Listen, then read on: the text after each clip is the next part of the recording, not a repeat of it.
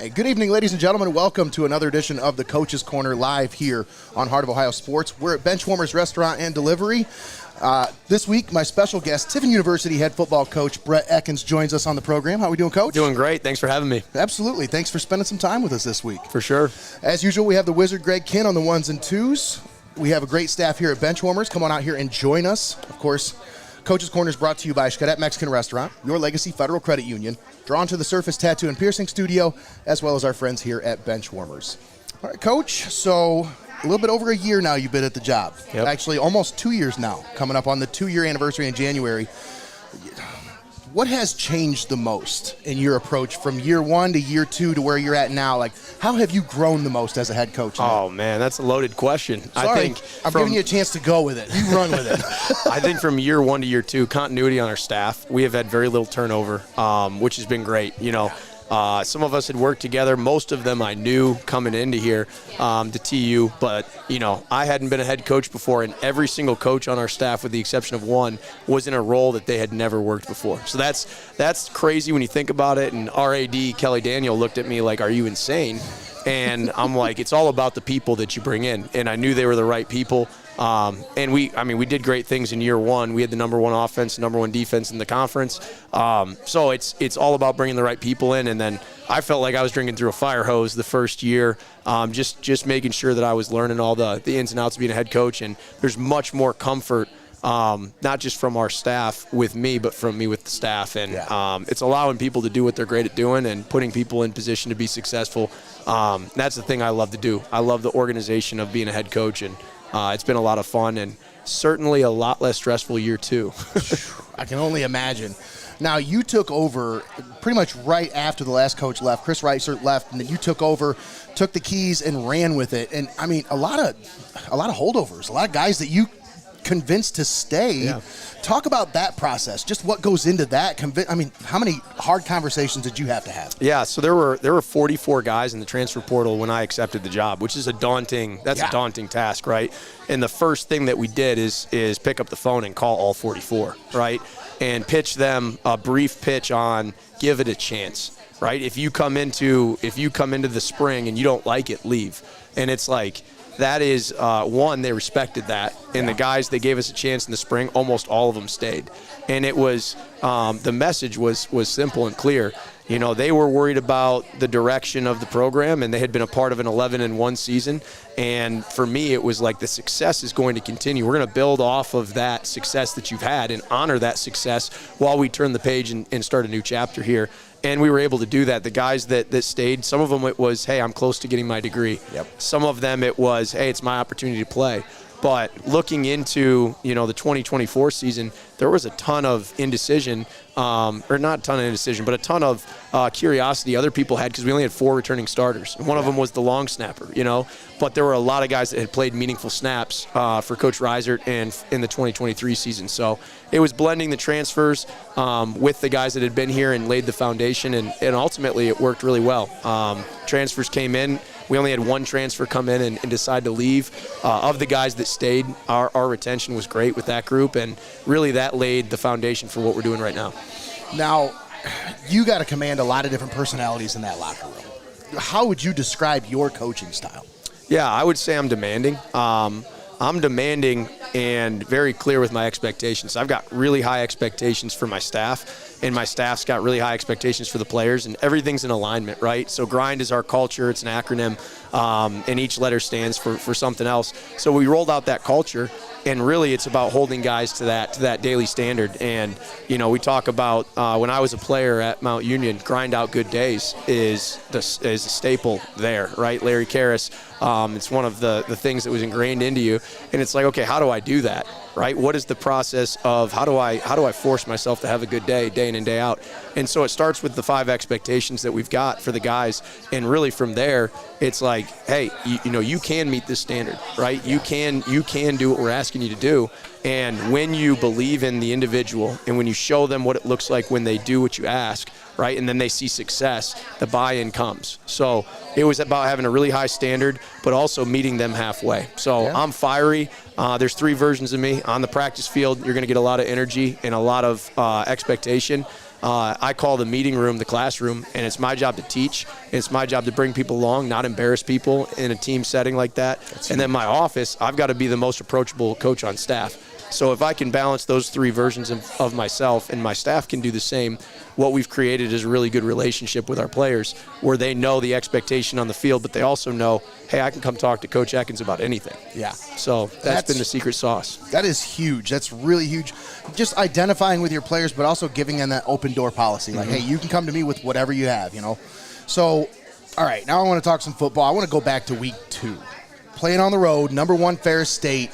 You gave them the best game that they've had all season. They still stand undefeated. They're 7-0, but they haven't played another one-score game all year other than against your Dragons. Talk about the game plan for the Bulldogs, how you're able to kind of keep close in that one. Yeah, I think having 2 years at Saginaw Valley and working with Ryan Brady, who worked for Coach Anise, that really was helpful, to be honest with you. Seeing them before and being able to formulate our game plan, but it's all about they're an unbelievable team, right? But it's all about breaking the barrier and not creating this mindset that they're unbeatable. Yes. You know, in the first half, if you look at us, you know, it takes time to defend them. Like, they've got a great high-powered offense with a lot of moving pieces, and it was about getting settled into the game as fast as possible. And ultimately, we settled in just a little bit too late in order to win the game. Yeah. But the thing I'm really proud of is we went out, we had a game plan, we stuck to the game plan, and at halftime, we didn't make a bunch of adjustments. We got better at the things that we practiced all week, specifically defensively, and there was complete belief that we were going to go win the game. So, you know, when you look at things like what's the recipe to beat a team like that, you've got to have an unwavering faith that we're good enough to do it. And, you know, ultimately, I believe that we are. We didn't that day, but I wasn't surprised. Nobody in our locker room was surprised with the result. We were upset we lost. Yeah. And that's the thing, like, there's been a lot of pats on the back for us and ultimately made it difficult, you know, that next week. But, like, hey, the expectation is to go win, and we want to play the best. Like, that wasn't intentional. We gave up a home game to go play at Ferris State. Yeah. And people are like, are you crazy? Why would you do that? Because we want to play teams like that in the playoffs, and we have to get used to playing in big games like that. That's huge, Coach. And, I mean, no moral victories, but you can take so much from that. Now, you talked about that next week, though. The disappointing loss on the road to Ohio Dominican. Close game once again, but do you think the letdown from that one the week before, and kind of just maybe hearing some of the chatter, drinking some of the Kool-Aid that, you know, people were talking big about you guys playing such a close game, do you think that had a carryover effect? Yeah, I think maybe a little bit, but honestly, we had a good week of practice. You know, I think the biggest carryover, like you hear that a lot, our maturity as a program and as a team, we've got to block out that noise completely. And I don't think we sat there and said, oh, yeah, we're really good and patted ourselves on the back. But you listened to it all week. Everybody was proud of the way that we played, which is great. And honestly, the team deserved to hear a little bit of that. But, man, when we got out there Saturday and I'm watching us, you know, after warm-ups were fine and everything, we go out and it was like we just thought it was going to happen. And, you know, Ohio Dominican's a good football program. They've been a great program for a long time. Coach Cummings does a great job there. And honestly, it was a disappointing day because everybody thought it was just going to happen at some point. Even clear to the end of the game when we had the opportunity, you know, to get the ball back and go to a two-minute drill, I thought we were going to win the game. Yep. But the urgency that we are so standard and accustomed to having wasn't there that day. And there's a lot of excuses you could make, but at the end of the day, we wiped those excuses out. We talk about what actually happened. And if you look at it, our effort and the expectation that we play with week in and week out wasn't there that day. And theirs was. It was a big game for both teams. And they responded. They came out and played, you know, a great game. And we came out and we played average. And it was a good lesson that, yeah, we can play with anybody, but we could lose to anybody too if we don't play the right way. So that's a great point, Coach. Now, I want to talk about that schedule because you talked about giving up a home game. Now, I mean, you started out. You had 4 straight on the road. Then you had 2 at home.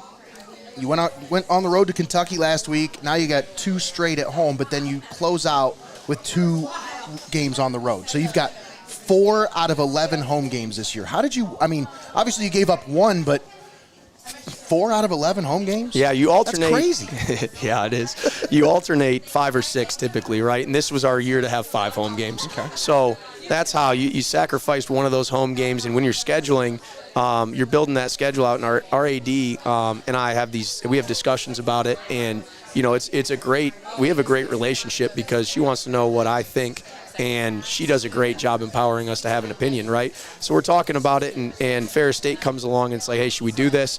And immediately I'm like, I want to play the best teams. Yeah. You know? Now, they said, hey, it has to be a home game in 2025 for us. We're going to get a home game in 2027 out of it. So it's a home and home. But at the end of the day, it's like you're weighing the, hey, we're going to sacrifice a home game, which nobody at TU was real fired up about, right? Yeah. The kids weren't necessarily fired up about it. But then when I said, hey, we're sacrificing a home game, and then we dropped, it was right when we got back from Christmas break, and we dropped the schedule, and I said, that's who we're going to play. The guys went nuts. Like, that's awesome. And that's honestly. That's so cool. And that's the culture you're trying to build. Yes. There, and that's the thing that TU and Coach Reiser and Coach Goff before him built that, right? Yep. And I came in and just witnessing they want to go play. Lenore Ryan a year ago, like, man, that was a heartbreaking loss as well. And it's like, they're not scared to go play in the big game. They love the big game.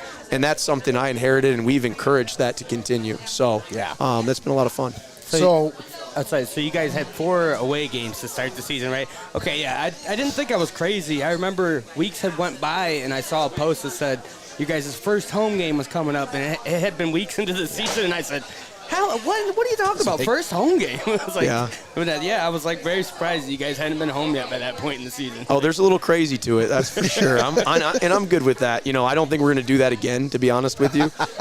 Just the 4 home game things. We're going to go play great teams, but you know, it's been a challenge, but also a great task that we've put in front of the team. Like, hey, we're going to be road warriors. It is what it is. We're not going to complain. We're going to get great on the road. So I live down by the stadium, so I see the home games you guys have had. You guys have been showing out for them tailgates. Oh my goodness, it's been packed down there. We've got such a good following. This weekend's going to be outrageous. I mean, it's going to be quite a sight. So people that are able, they should come out on Saturday, 1 p.m. It's going to be awesome. 1 o'clock, and it's a big game. We'll talk about that here in just a minute. But you got the last 4 straight wins. I mean, 2 by 35 plus. Your identity has kind of come into focus, really. Like, what are the core pillars that you see on tape that kind of define this team right now? Yeah, I mean, the things that we're seeing, we saw in practice. And that's the thing. Like, our execution for a few weeks there wasn't where it needed to be.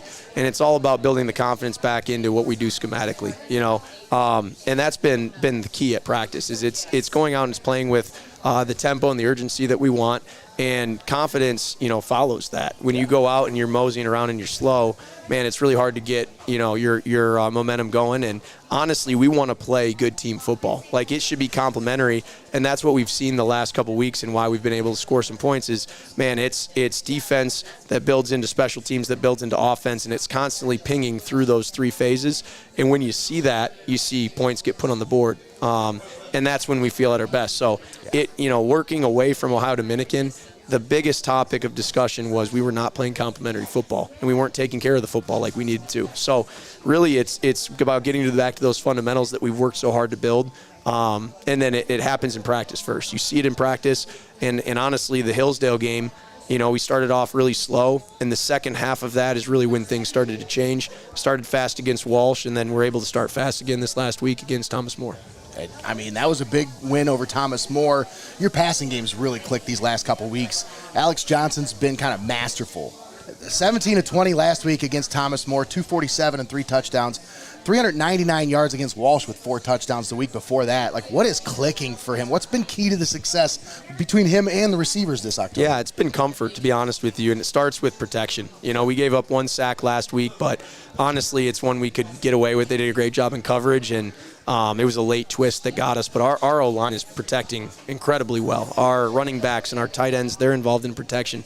They're doing a great job. Alex has a great feel for the pocket, which has allowed us to stretch the field, you know, and our receivers are very talented, incredibly talented. So it's been there, but the comfortability of the pocket and Alex's progressions through the concepts has been really good, and our receivers are getting open. They're confident too, and it's all of those things playing on one another that allows, you know, our pass game to go out and be effective. And then teams got to decide, do they want to stop Ron Blackman, or do they want to go out and they want to make it really hard for us to throw? So I think having a balanced attack is always the key, and then being able to go out and say, what are they giving us? Let's take what they give us, and let's not get impatient. That's huge. Now, you got some contributors all over making plays. You talk about Ethan Holbrook. You mentioned Ronald Blackman, Tyrese Banks-Dorn. These guys are kind of making some plays. I mean, how intentional have you been about trusting these skill talents in these big moments? Oh, very. And again, you build trust in practice. Yeah. So you see it in practice, and there's no reason. I tell the guys all the time, like, it's not give me a chance to go out in the game and prove it. No, prove it in practice and build trust there, and build trust with the quarterback, build trust with the offensive line, and then go out and do it in the game when we put you in and get your opportunity. Tyrese Banks-Dorn's been a great example of that. He was coming off of an injury the year before, and Ronald had a great year, and he comes back in, and where do I fit in? And we told him, be patient, go out and do your thing, do what you've done for your whole life, and earn your reps. And he did that, and every week it's built more and more and more. And there's other guys that are in that same boat. So it's all about building that trust in practice, making sure that you go out and you execute your assignment first, but then going and extending a play, and then when you get a chance to do it in the game, go break a tackle. Those yak yards that you don't see in practice, let's see them in a game. Yeah, and I mean, you talk about playing complementary football involves special teams, and those hidden yards matter, like big times. Ben Rudolph's been steady for you guys. You got a block punt for a safety against Walsh, right? Now, how much emphasis are you putting on special teams this season? Like, what is the next step there? Oh, we put a ton of emphasis on it. We spend more time on special teams here than I've spent anywhere else. I love it. And it's the key. Like, field position still matters. You look at the air raid offenses kind of took that allure away of how important special teams are. But if you look at it, man, time of possession, field position, all of these things, the hidden yardage, like you said, just catching a punt instead of letting it roll out, that could be the difference in having to earn an extra first down. So for us, it's putting the emphasis in it, spending time on it. Kellen O'Neill is our special teams coordinator. He does a fantastic job with our special teams. Yeah. And then we've got great specialists. Joseph Weir's our punter. He can flip the field like no other. Our kickers, I mean, it's not just Ben. Ben does a great job with the field goals. Anthony Turnage, Grant Woodfin, they're doing a great job. Jake Jacoby's our long snapper. Those guys work incredibly hard. There's never a down minute at practice for them. That's cool, man. And defense. You guys, you played some close games, but you've also created some havoc out there. You had 4 sacks, 2 interceptions versus Walsh. You had a pick 6 against Thomas More. Who is the tone setter on that side of the ball? Like, who's the calling card of this defense? Yeah, it's Jacob. Jacob's our tone setter. I mean, he got voted captain by literally every person on our team. Wow. Right? So he's not just the tone setter on the defense. He's the tone setter of the team. That's unreal. And he's a junior. He's got another year to play. Malik Baker's another one. He's one of our corners. He has had a fantastic year and really come into his own as a leader. Jalen Cole sticking around for another year at our linebacker position. Chris Walton on the defensive line coming back and having the year that he did last year and sticking with Tiffin. There's a lot of guys in that side of the ball, man. Our defense, they are driven, and it's a lot of fun. And the expectation, we gave up last game. It was late in the game, and Thomas More scores, and some of our guys that don't get as many reps are in there playing. And, man, our sideline, our defensive guys were pissed. It's like that's the stuff that you want to see. Yeah. The expectation doesn't change no matter what, and they are hyper-competitive. Now I want to talk tempo. Like, your tempo, first half execution at Thomas More, you guys were almost flawless. You scored on all but one first half possession. 42-3 was the score at halftime. What did that performance tell you about your team's ceiling heading into late October and into possibly postseason play? Yeah, we want to gain momentum, and at this time of year, there's 2 things that happen to a team. One, you get tired and you start to look less fresh and stale.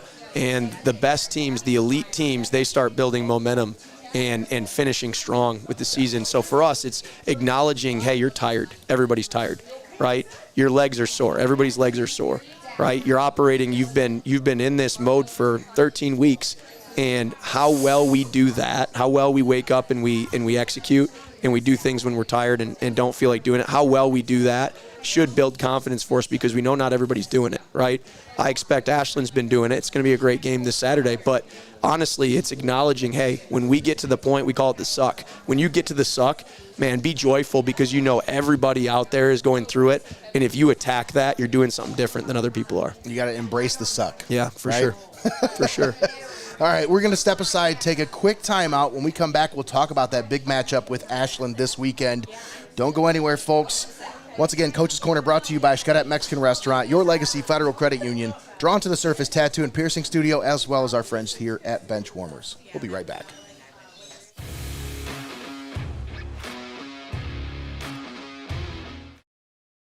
Don't go anywhere. You're watching Heart of Ohio Sports.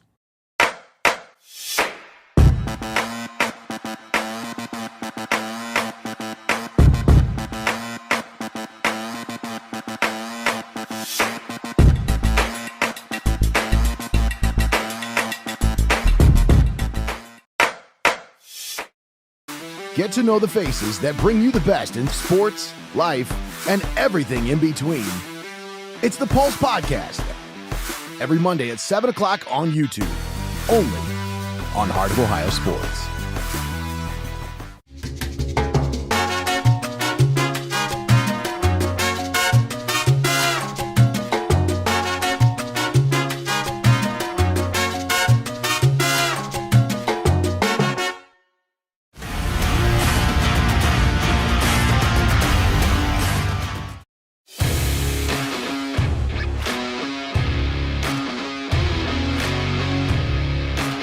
More than just a game, this is Heart of Ohio Sports.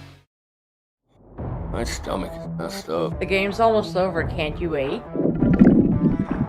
No, I gotta go right now. Wow, really? Swung on, hit to center, well hit. Back, and this one's gone. A home run for Connor Moyer on an 0-2 Needed pitch. that. Smokes it to dead center. That's Oh probably at least man, are you 360. kidding me? It happens. Never miss a moment. Heart of Ohio Sports. Stop down to Benchwarmers in Tiffin or call it in for delivery. Fresh cut fries, locally sourced ingredients, and phenomenal service. Give the Tiffin store a call at 567-268-9268 and place your delivery order now. Benchwarmers Restaurant and Delivery. Set your lineup with confidence. It's Fantasy Football Focus every Sunday morning at 10:30. Join John Sherman, Brandon Banks-Shearer, and Sean Cole as they break down starts, sits, and sleepers all across the league. Live on YouTube, Facebook, and Twitch, only from Heart of Ohio Sports. Welcome to your Legacy Federal Credit Union, your trusted community credit union for over 70 years. We're not just a credit union, we're your personal financial counselor. Your Legacy Federal Credit Union is a full-service financial institution tailoring solutions to your needs. Whether it's your first home or planning for the future, we're here to help you find success. Your Legacy Federal Credit Union, a legacy built on trust, commitment, and community. Your legacy.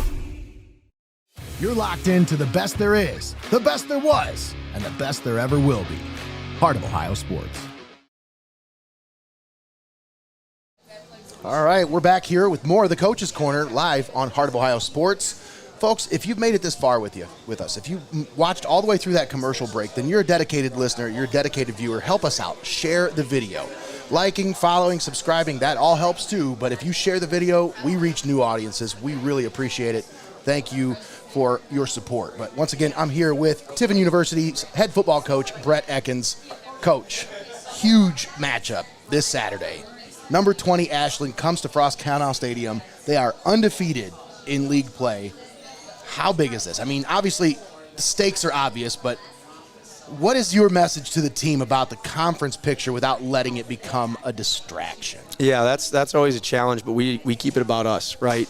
When we play Tiffin Dragons football and we focus on that, it doesn't matter who we're playing against. We're good enough and we're worthy to be there. And it's like, you want some of the motivation of the gravity of the game to be there. You want guys to be excited. And I haven't had to touch that. I mean, we came in Sunday with more energy than we typically do on a Sunday. We hadn't talked about this game at all. Coming off of Thomas More, Sundays typically we're putting that game to bed and going over all the corrections. Man, they were locked in because the start of this week, started right then. So we keep it about us. The guys know. They know what the implications are. They know that Ashland was picked to win the league. They know that Ashland went and did a great job in the playoffs. They know that it's a great team, and those are things that we talk about. But the biggest thing is the emphasis is keeping it on us, right? What are we doing to prepare? What are we doing to fix the things that have been problematic for us? And go in with a lot of confidence. That's what it's all about is, are we confident in our plan, and do we know that we're going to win? that's what we got to do. Keeping the focus on you is really important in a big game like this. Allowing it to become a distraction is really easy when you lose focus. So Ashland's defense has been really stingy this year. You talk about they're allowing about 13 points a game. They got a guy near the top of the nation in terms of sacks, senior defensive end Michael Shimek. How do you plan your protections and your run-pass mix? You got to keep your quarterback clean and on schedule. Yeah, they do a great job of mixing it up. You know, the second that you just plan it around blocking him is the second that you're going to give up some pressure and potential sacks to the other guys. And honestly, they play with incredible effort, right? They do a great job defensively with their scheme to put the matchups, you know, where they want them to be, and we know that. So, you know, all week it's about making sure that we watch film, we put a good plan in place that we can execute well and communicate through, and then it's about putting our players in positions to be successful. It's about, hey, when are we dropping back? When are we running play actions? When are we going quick game? All of those things matter. It's not just, hey, you know, let's plan for this drop back. It's all about all of those things. So using our cadences, I mean, there's 1,000 things that we can do to help there, but they're going to get our best shot. I'll tell you that much. Now they start fast, Coach. They've outscored opponents 51-3 in the first quarter, 54-7 in the third quarter. What can you do to stop them from getting out to such a fast start offensively? Yeah, we've got to play 11-as-1 defense. You know, their offensive line is great. They do a phenomenal job. Jim Cordell, somebody I've known for a long time, and man, he does a great job with their O-line. And honestly, we watch film on them, and they're able to do a lot in the run game. And you've got to be able. The first thing you've got to do is be able to stop the run, and you've got to play disciplined football, great eye discipline, you know, with our defensive backs and our linebackers to not give up anything cheap and to make sure that we force, you know, the team to drive. And that's not exclusive for this game. That is our approach in every single game, and you see that when you're on film, and that's a pretty generic answer, but it is all about being able to fit the looks that we get, and then tackling really well. Blocking and tackling at the end of the day, as simple and fundamental as those things are, they're ultimately the most important thing. You can't let a broken tackle get 5 more yards. You know, it's rallying to the football, and you know, honestly, again, it's all about how can we be fundamentally sound. Now, on offense, they're pretty efficient and they're physical. Like, they've got a lot of different weapons they like to get the ball into the hands of. Quarterback Cameron Blair, he's pretty careful with the ball. They've got a lot of different guys that they like to trust with the ball, a lot of skill players.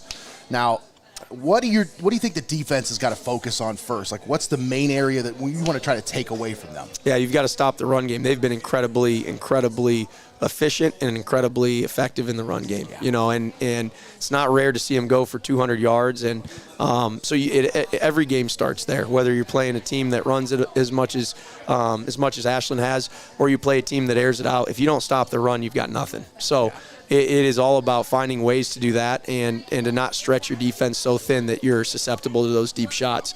You know, you can't push all your chips into one basket. You've got to keep teams off balance. You know, we've got to mix it up, and we've got to create pictures that are tough for them to target.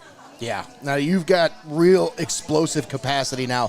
What are your goals for this game in terms of, like, explosive plays? How do you want to find a way to manufacture at least 2 shot plays per half? You don't want to risk any negative plays, but how do you get those shot plays in? Yeah, you've got them planned out through the week, and you kind of know the zone, the field zone that you want to run them. We're really confident in our playmakers, and we're really confident in our skill positions. But again, it's all about the feel of Zach Blair's our offensive coordinator. His ability to have feel and timing, and you can't be predictable if you want to run a shot play. And you know, everybody's got their field zones where they're really comfortable in that. Well, you've got to self-scout yourself. You've got to know, hey, this is what the other team's expecting us to do, and that's something we do well every single week. And it's all about coming out and saying, okay, how does somebody else view us? What are they seeing from us? And then we formulate our plan on things that we think are going to work and when and where they're going to work. Now, I talked about your defense earlier. You had that block punt safety, pick 6 last week. Now, what are your swing play targets for this one? I mean, who are the green light pressure guys? You want to give them a green light no matter what the protection looks like. Chris Walton's always somebody we're going to turn loose. You know, he's a great pass rusher. They're going to have a good protection plan for him. People have all year, but it's not just about him. It's about knowing when to heat up an offense and bring some pressure. You know, Uzo's been a great player for us too at our other defensive end. he's a high energy, high effort guy. And honestly, our interior, we've rotated through 4 guys consistently all year, and those guys have been productive in the pass rush. So you want to be able to get home with 4 as much as you possibly can, and then you've got to have a good feel for when you add a 5th or a 6th hat to the picture. Now, Frost Kalnow has been good to you this year. You've only had 2 home games, but you're 2-0 at home. What's the home field checklist you want to kind of execute pre-kick to get the crowd and your sideline rolling? Like, what are you guys doing pre-game? You said this is a big game, so what are we doing to get the crowd energized for this one? Because you're going to have a big crowd down there. Yeah, it's going to be great. They've got some homecoming activities for the crowd, and we're going to be under the stadium doing our normal pre-game routine. Once the 30-minute mark hits, we're under the stadium, and we can hear a little bit above. It's honestly, I love being in the stadium at Frost Kalnow. It's dark. It's like a dungeon, and we got a big speaker in there. It'll be blasting until the coaches are talking. But it's all about staying focused on the things that we've got to do and that we're about to do, and reminding the guys of those key points that we've talked about and what the plan is. You know, it's not going to take, no matter who we're playing, it doesn't take anything superhuman. It is about doing the things that we practice day in and day out more effectively than the team that we're playing. So it'll be rocking. We've got a great intro video. We'll run out of the Dragon Head with some smoke. I think we're going to have some green smoke and some gray smoke, and it's going to be pretty cool when we come out of there. And honestly, it's going to be an electric environment. So we love playing at Frost Kalnow. There's something different about it. Our guys love it. So it'll be a lot of fun. So if we're reading in the paper the next day about a Dragons win, what had to happen in that game in order for that to happen? Yeah, 3 phases functioning as one team collectively winning, right? So it's all about playing complementary football. You know, everybody on our team is accountable to play special teams. And that's something that, man, that's our culture on display. So when you talk about grind, if our special teams is doing that, you're going to know that we played a really good game. So it's all about that, and then it's the connection piece between the offense and the defense. We're going to have to play with a lot of energy and effort, and it's going to be 60 minutes. It can't be, you know, I still feel like we haven't played a 60-minute ball game. So that's been a big challenge for our guys is, hey, you know, it's TU versus TU here, right? Let's not make it more than what it is. It is, you know, it's a big game. Great, they're all big, you know, and honestly, right, you know, it's the next game, and that's why it's really important. The game is not a sideshow, right? The game is the focal point of homecoming, and everybody's going to be there, but the game is not, it's not a circus, right? It's right. When the game starts, our focus is completely there. There's nobody in the stands. There's nothing on the scoreboard, and it's all about going out and executing your job. And that's the thing that we stress with our guys is like, hey, great, be excited in warm-ups, let their motivation, the motivation of those external things be there, but we're not going to win on motivation. Nope. Us wanting to do what Ashland did a year ago and sitting there and saying, oh, they took it away from, that's not going to win you the game, nope, right? They didn't do that. They beat us last year. They played better than we did, and honestly, it's not about them, right? It's about making sure that we maintain our focus. That's huge. All right, Coach, last question. What's the message to Dragon Nation for this Saturday? Man, come out and support us. You know, we want Frost Kalnow to be rocking. It's homecoming. It's going to be a great day. 1 p.m. kickoff. The energy, the enthusiasm's got to be there. We want to see you out there. All right, folks, you heard it here. Pack the stadium.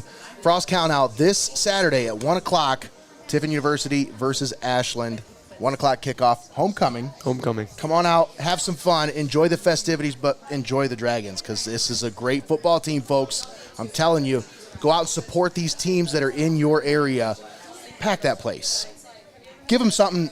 I mean, they want that energy. They want to feed off the crowd. They need a packed house. Going out there, fill the stadium at Frost Kalnow. Once again, our special guest this week, Tiffin University's head football coach, Brett Ekkens. Thank you so much for joining us this week. Thank you for having me. It's been awesome. Absolutely. It's been a pleasure. Once again, you've been watching the Coach's Corner here on Heart of Ohio Sports. We've been live from Benchwarmers Restaurant and Delivery. There's about an hour left. You can still get your order in, folks. Call it in. Come and pick it up.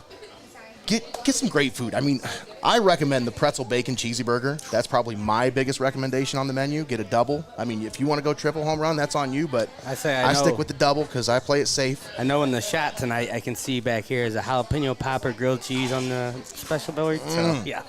That's speaking my language. All right, folks. Try that. Once again, Coach's Corner is brought to you by Xcaret Mexican Restaurant, your legacy Federal Credit Union, Drawn to the Surface Tattoo and Piercing Studio, as well as our friends here at Benchwarmers. Thanks again to our special guest this week, Coach Brett Ekkens, for joining us on the program. thanks to all of you for tuning in right here on Heart of Ohio Sports. That's going to do it. Have a great night, everybody.